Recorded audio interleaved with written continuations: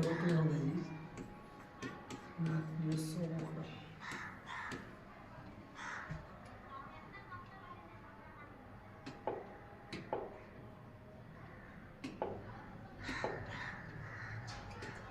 चलिए, हेलो दोस्तों, पिछले क्लास में हम लोग डीएनए का एक मोस्ट इम्पोर्टेंट टॉपिक कवर किए थे और उस क्लास में हम लोग जाने डीएनए क्या होता है, डीएनए किस प्रकार से किस उसका रासायनिक संगठन क्या होता है, किस किस पदार्थ के मिलने से डीएनए का निर्माण होता है, नाइट्रोजनी क्षार क्या होते हैं, फास्फोडाइस्टर बाउंड क्या होते हैं, किस प्रकार न्यूक्लियोटाइड का निर्माण होता है, न्यूक्लियोसाइड का निर्माण होता है, अर्थात डीएनए के द्विकुंडलीकरण संरचना के बारे में पढ़े, वाटसन और क्रिक के मॉडल के बारे में पढ़े। अगर जो स्टूडेंट पिछले क्लास डीएनए का नहीं देखे हैं वो पहले एक बार डीएनए का पिछले क्लास को जाकर देखें और तब आज की इस क्लास को देखें। आज का क्लास बहुत ही खास होने वाला है और आज की इस क्लास में हम लोग जानेंगे डीएनए पैकेजिंग क्या होता है, डीएनए पैकेजिंग होता क्या है, इसके बारे में पूरी डिटेल के रूप में समझेंगे और एक एक टॉपिक को कवर करेंगे किस प्रकार से डीएनए पैकेजिंग किया जाता है, अर्थात होता कैसे डीएनए पैकेजिंग। चलिए क्लास को स्टार्ट करते हैं। लास्ट तक क्लास जरूर देखिएगा ताकि टोटल टॉपिक आपको समझ में आए। जो भी स्टूडेंट क्लास को देख रहे हो लास्ट तक जरूर देखिएगा और लास्ट तक क्लास देखने के बाद कमेंट बॉक्स में कमेंट जरूर बताइएगा करके कि आपको क्लास कैसा लगा, ताकि अगला वीडियो काफ़ी जल्द से जल्द हम आप लोग के लिए प्रोवाइड करें। और अभी तक जो भी क्लास चलेंगे, पहले बताया था पिछला वीडियो में, जो भी क्लास अभी चलेगा सभी क्लास आप लोग का डीएनए से रिलेटेड और बायोलॉजी से रिलेटेड क्लास चलेगा। आज हम लोग बात करते हैं डीएनए पैकेजिंग की। चलिए सबसे पहले तो ये बात जानते हैं कि डीएनए पैकेजिंग होता क्या है। डीएनए पैकेजिंग जिसको हम लोग न्यूक्लियोसोम मॉडल के नाम से भी जानते हैं, और ये बात भी आपको हम बताएंगे कि न्यूक्लियोसोम मॉडल क्यों बोला जाता है, इसको क्या रीजन है बोलने का। तो सबसे पहला कंडीशन है पैकेजिंग का मतलब क्या होता है, रखने की व्यवस्था, पैकिंग करने की व्यवस्था। डीएनए पैकेजिंग का मतलब ये हुआ डीएनए की आकृति काफ़ी लंबी है, वो अपने बड़े से बड़े आकृति को अब काफ़ी छोटा हिस्सा करके कोशिका के केंद्रक में समाहित हो जाता है। इस प्रक्रिया को हम लोग क्या बोलते हैं, डीएनए पैकेजिंग, अर्थात डीएनए के बड़े रूप को छोटे रूप में कन्वर्ट कर देने की प्रक्रिया डीएनए पैकेजिंग कहलाती है। अब इसकी शुरुआत में छोटी सी बात से करते हैं। हम लोग स्टार्टिंग में कोशिका पढ़े, खूब ध्यान समझिएगा, एक एक स्टेप बाय स्टेप समझेंगे लोग। हम लोग स्टार्टिंग में कोशिका पढ़े हुए हैं लोग, और इस कोशिका में ऐसे ऐसे जाल आप लोग देखे होंगे जिसे क्रोमैटिन जाल के नाम से जानते हैं। क्रोमैटिन जाल, इसको कहा जाता है क्रोमैटिन जाल। डीएनए के पैकेजिंग में इस क्रोमैटिन जाल की अहम भूमिका होती है। और ये बनता कैसे क्रोमैटिन जाल, चलिए स्टार्ट करते हैं। तो यहाँ कुछ स्टेप हम बताएंगे आपको कि किस किस टॉपिक के चलते हम इस डीएनए पैकेजिंग को समझ पाएंगे और काफ़ी बेटर तरीका से समझ पाएंगे। सबसे पहला बात करें हम क्रोमैटिन जाल का, दिखाई दे रहा है यहाँ पे क्रोमैटिन जाल, क्रोमैटिन जाल की बात करते हैं।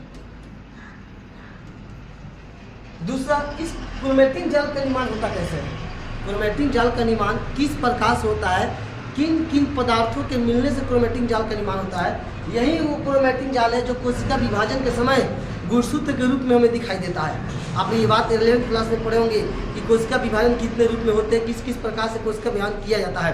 अंतिम स्टेज जो कोशिका विभाजन का होता है उस समय यही क्रोमैटिन जाल गुणसूत्र के रूप में दिखाई देते हैं।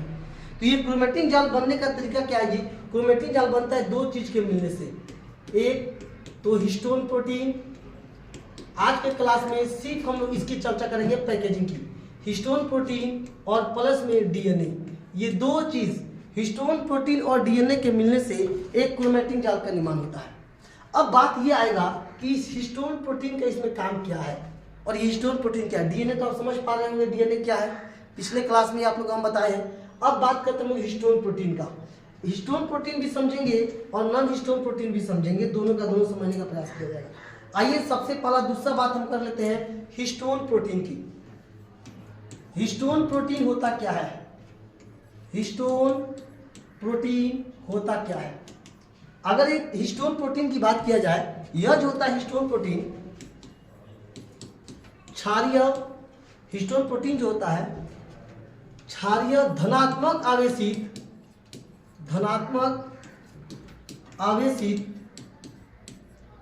क्षारीय धनात्मक आवेशित प्रोटीनों का समूह होता है, प्रोटीनों का समूह। एक बार और सुन लीजिए, जो हिस्टोन प्रोटीन होता है वो क्षारीय धनात्मक आवेशित प्रोटीनों का क्या होता है, ये समूह होता है, जिसे हम हिस्टोन प्रोटीन बोलते हैं। अब ये हिस्टोन प्रोटीन में 5 प्रकार के प्रोटीन होते हैं।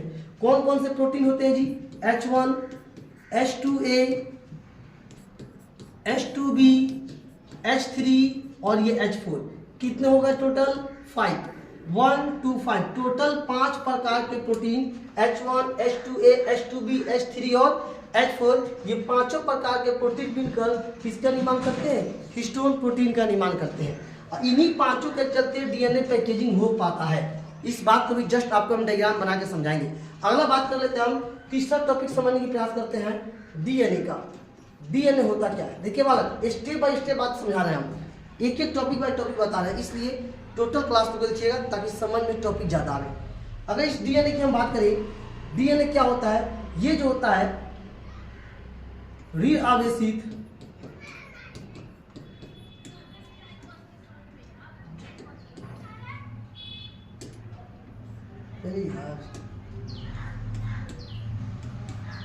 ऋण आवेशित होता है डीएनए। और डीएनए का पूरा डिटेल हम पिछले क्लास में बता चुके थे, बस इतना इसमें समझिए। डीएनए पर चार्ज कौन सा होता है? ऋण आवेशित चार्ज होता है। अब आप बताइए, इस क्रोमेटिन जाल में ये दो पदार्थ मिले होते हैं, एक तो हिस्टोन प्रोटीन और दूसरा डीएनए।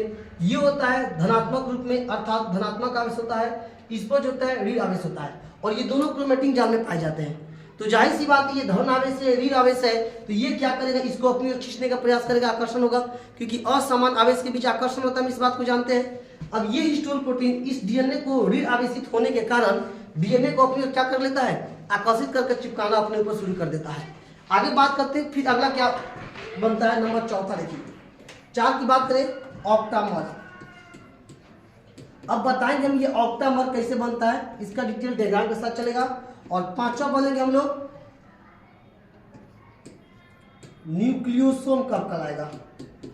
अब ये दो टॉपिक को डिटेल में समझा जाएगा, एक ऑक्टामर को और एक न्यूक्लियोसोम को।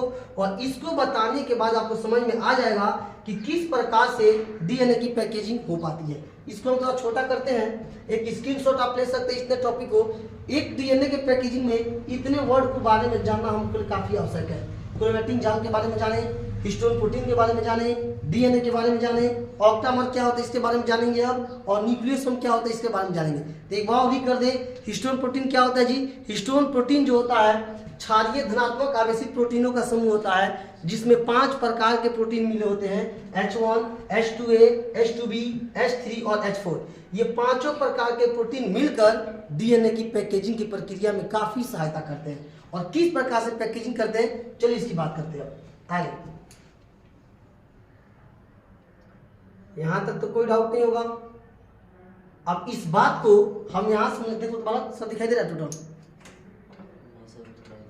ज्यादा इधर हो गया, ठीक है। आगे बात करते हैं। अब यहां पर हम समझाएंगे आप लोग को कि किस प्रकार से ऑक्टामर का निर्माण होता है। ऑक्टामर के निर्माण की बात किया जाए, ऑक्टामर तो ये होता क्या है? इसको हिस्टोन अष्टक भी कहा जाता है। ऑक्टामर को हम लोग हिस्टोन अष्टक के नाम से भी जानते हैं। अब इसको क्यों हिस्टोन अष्टक कहा जाता है? क्योंकि 4 प्रकार के हिस्टोन प्रोटीन, 4 हिस्टोन प्रोटीन नीचे और 4 हिस्टोन प्रोटीन उसके ऊपर, मिलकर टोटल कितने हिस्टोन प्रोटीन हुए? 8 हिस्टोन प्रोटीन मिलकर एक समूह तैयार करते हैं, उसी को हम लोग हिस्टोन अष्टक के नाम से जानते हैं। अब वो कौन कौन सा प्रोटीन होता है जो हिस्टोन अष्टक का निर्माण करते हैं, इसकी बात करते हैं। आइए देखते हैं। सबसे पहला बात, मान लीजिए एक हिस्टोन प्रोटीन ये हुआ, एक हिस्टोन प्रोटीन ये हुआ, एक हिस्टोन प्रोटीन ये हुआ और एक हिस्टोन प्रोटीन ये हुआ। जस्ट इसके ऊपर एक और हिस्टोन प्रोटीन आ गया, इसके ऊपर एक और, टोटल 4 इसके नीचे और 4 इसके ऊपर। कौन कौन सा प्रोटीन था जी? H2A, H2B, H3 और H। ये जो याद रखिएगा, कौन कौन सा प्रोटीन मिलकर ऑक्टामर का निर्माण कर रहे हैं, इसको हम लोग बोलते हैं ऑक्टामर।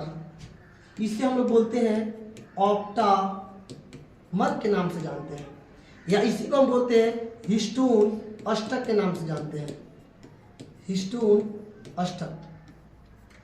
ऑक्टामर कहिए या हिस्टोन अष्टक कहिए, बात दोनों सेम हुआ। तो एक हिस्टोन अष्टक में अर्थात ऑक्टामर में कितने प्रकार के अर्थात कौन कौन से प्रोटीन भाग लेते हैं? तो H2A भाग लेता है, H2B भाग लेता है, H3 भाग लेता है और H4 भाग लेता है। 4 ऊपर हो गए प्रोटीन और 4 इसके नीचे हो गए। टोटल कितने प्रोटीन हुए? 8 प्रोटीन हुए। ये जो H1 प्रोटीन है इसको हम पेंडिंग में रखते हैं, बताएंगे कि इसका प्रयोग क्या है और इसका प्रयोग कहाँ पे किया जाता है, कहाँ पे इसका काम पड़ता है, इसके बारे में। अभी तो हम इस 4 की बात कर रहे हैं, H2A की, H2B की, H3 की और H4 की। तो 4 प्रोटीन नीचे और 4 प्रोटीन इसके ऊपर मिलकर किसका निर्माण कर दिए?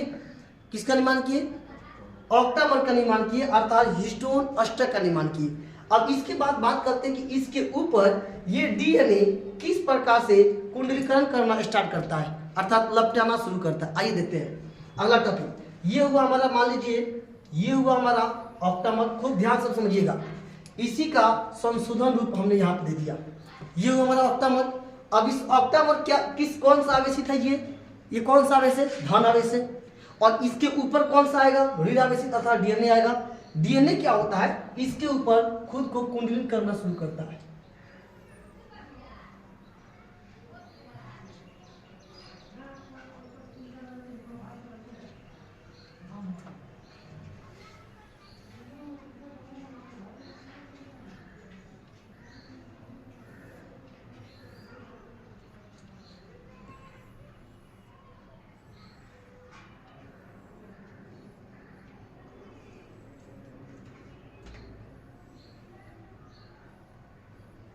खूब ध्यान समझिएगा इस डायग्राम को और इस इमेज को। ये था हिस्टोन प्रोटीन, हम लिख भी देते हैं। ये क्या था? ऑक्टामर। ऑक्टामर था, अर्थात इसे हम लोग हिस्टोन अष्टक के नाम से जानते हैं। ये किस आवेश में था? ये था ऋण आवेशित, धन आवेशित। और इसके ऊपर ये जो डीएनए आ रहा है, ये है डीएनए। ये कौन सा आवेशित है जी? ये डीएनए है ऋण आवेशित। अब ये था ऋण आवेशित। क्या हिल रहा है जी? ये ज्यादा आगे आ गया है, छोड़ दो। ये हो गया आपका ऑक्टामर। अब जब इस ऑक्टामर के ऊपर डीएनए खुद को कुंडलन करना स्टार्ट करता है, लपेटना इसके ऊपर शुरू करता है, इस प्रक्रिया को और इस रूप को हम बोलते हैं न्यूक्लियोसोम। इसको कहा जाता है न्यूक्लियोसोम। ऊपर लिखे थे हम न्यूक्लियोसोम मॉडल, न्यूक्लियोसोम के नाम से जानते हैं। और ये न्यूक्लियोसोम के नाम के कारण ही इस मॉडल को न्यूक्लियोसोम मॉडल के नाम से भी जाना जाता है। स्टार्टिंग में ही आपको बताएं, डीएनए पैकेजिंग को न्यूक्लियोसोम मॉडल के नाम से भी जाना जाता है। तो यहाँ पर हमने आपको बताया कि ये एक हिस्टोन प्रोटीन, हिस्टोन अष्टक है। ये हिस्टोन अष्टक को हम लोग ऑक्टामर के नाम से जानते हैं। ये था धन आवेशित और इसके ऊपर आ गया ऋण आवेशित अर्थात डीएनए। अब ये ऋण आवेशित और ये धन आवेशित होने का ये क्या करता है? धन आवेशित इस ऋण आवेशित को अपने तरफ लपेटना क्या कर देता है जी? शुरू कर देता है। जब ये इसके ऊपर लपेटाएगा, इस टोटल संरचना को हम टोटल संरचना को नाम देते हैं न्यूक्लियोसोम मॉडल कहा जाता है। इसको न्यूक्लियोसोम बोलते हैं और इस टोटल संरचना को न्यूक्लियोसोम का नाम दिया जाता है। अब इसमें जो ये आपको एक प्रोटीन छूट गया था, H1 प्रोटीन। इस H1 प्रोटीन की अगर बात करें तो यहाँ पे इस डीएनए को और इस डीएनए को दोनों को बैंड करने के लिए, बांधने के लिए जो प्रोटीन काम में आता है वही प्रोटीन कहलाता है H1 प्रोटीन। ये होता है इसका काम, H1 प्रोटीन का काम बस यही है, इस वाले डीएनए के हिस्सा को और इस बाहर वाले डीएनए को आपस में क्या करता है? कंबाइन करता है, पकड़ लेता है ताकि कभी इधर से निकले नहीं, छूटे नहीं।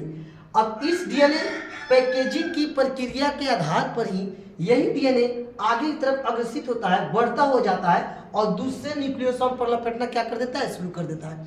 फिर ऐसे ही ये तीसरे न्यूक्लियोसोम के पास जाएगा, चौथे के पास जाएगा, बढ़ते जाएगा और अपने बड़े से बड़ी संरचना को छोटे रूप में समाहित करता है। जिस प्रकार अगर एक हम धागे की बात करें, काफी लंबा धागा होता है और उस धागे को हम एक नली पर लपेटना शुरू करें तो इतना छोटा नली में पूरा धागा समाहित हो जाएगा।